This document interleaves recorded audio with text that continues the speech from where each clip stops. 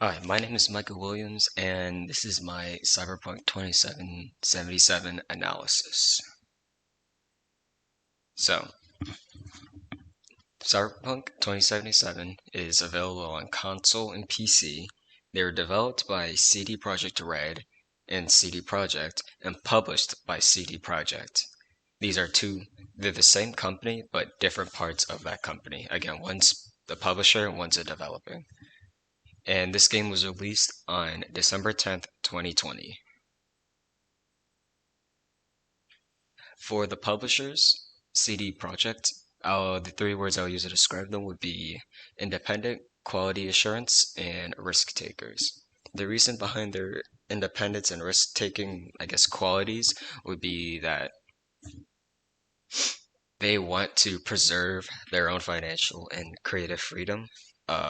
They've also previously rejected offers to, I guess, get bought out by EA and other bigger companies because, again, they want to preserve their own independence and they're fine with taking more risks that come with that. Like, since they're a company by themselves, their losses will hit harder than if they were bought out by another company that could share that loss with them. And you can see a quote from uh, one of the founders, Marcin Iwinski, saying, "It's my personal horror to become a faceless behemoth of a game development or publishing or whatnot. As long as I am here, I will be fighting for this not to happen." So you can see that this is one of their clear core values, being independent. And for quality assurance, they're often praised for focusing on the quality of their games rather than just how much content is included. They're more of a quality over quantity type of company.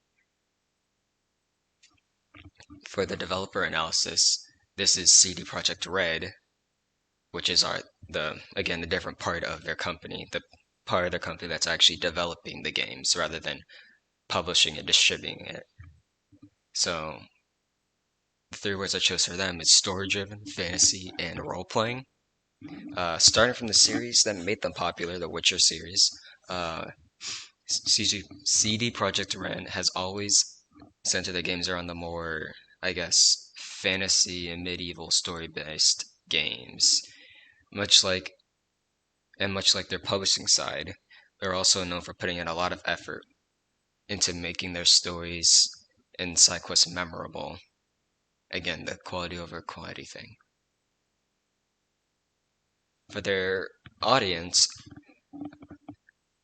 I think their intended audience for their types of games will be people who enjoy taking their time through games in order to fully experience them. Those who enjoy the medieval fantasy style of games, and those who really value the story, the story writing, the lore, and world building of the games they're playing. Some of the game's some of the strengths of Cyberpunk will have to be their artistic style and graphical capabilities. The game looks absolutely amazing. Uh, some of its side missions are actually very in depth and interactive. The story of the game itself is can be pretty engaging. The music of Night City and all the buildings you go into, all the battle music, it's all of that is really nice. And the gunplay, once you get once you first learn it, it could be very smooth and enjoyable to experience.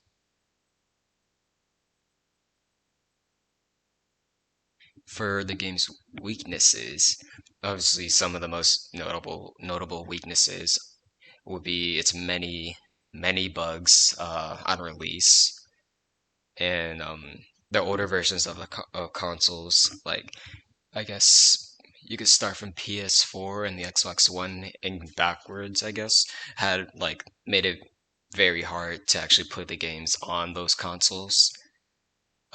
You're pretty much better off only playing it on PC or a next gen console, which made it only playable, not even, I guess, up to standard. Um, a weakness of the game was say another weakness would be the sheer scope of the game.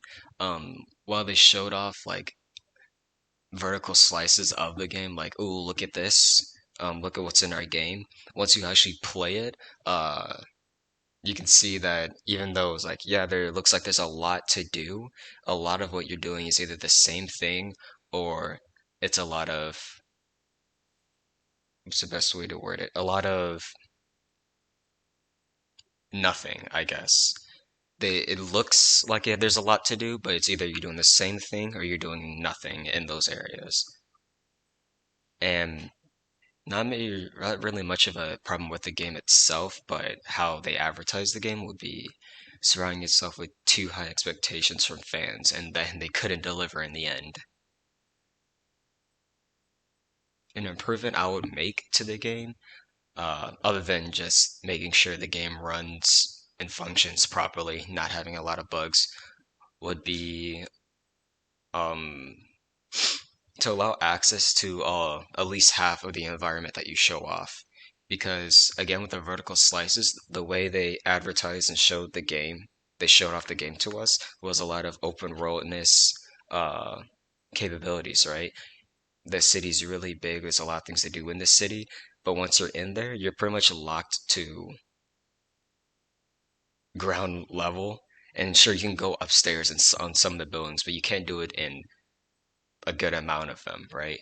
There's either a lot of buildings that say they're locked, or there's a lot of like skyscrapers which are a part of a city that you can't even enter, which obviously it makes sense because for a game this big, doing something like that, having interactable interactivity with each and every building and floor of that building would be very tedious to do.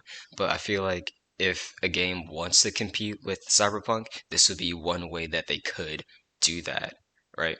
Instead of focusing on some of the gameplay elements of the game, which after the bug fixes and all of that, Cyberpunk does pretty well in some of those aspects. They can instead focus on the environment of the game itself, which can make it a lot more enjoyable to experience and walk through. You know, things to explore themselves. You can do collectibles, achievements, things like that. But that was my analysis on Cyberpunk's 2077, and these are the sources I used. Thank you.